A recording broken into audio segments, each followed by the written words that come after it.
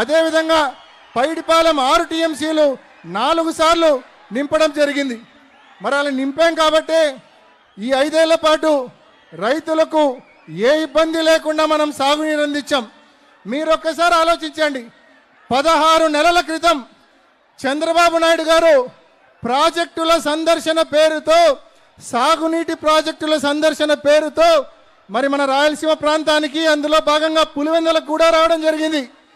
ఆయన పులివెందులకు వచ్చిపోయినాక ఈ 16 నెలల్లో వర్షమే లేదు, వర్షమే కనిపించలేదు. ఈ 16 నెలల్లో వర్షం పూర్తిగా దూరమైన పరిస్థితి చంద్రబాబు నాయుడు గారు సాగునీటి ప్రాజెక్టుల సందర్శన తర్వాత.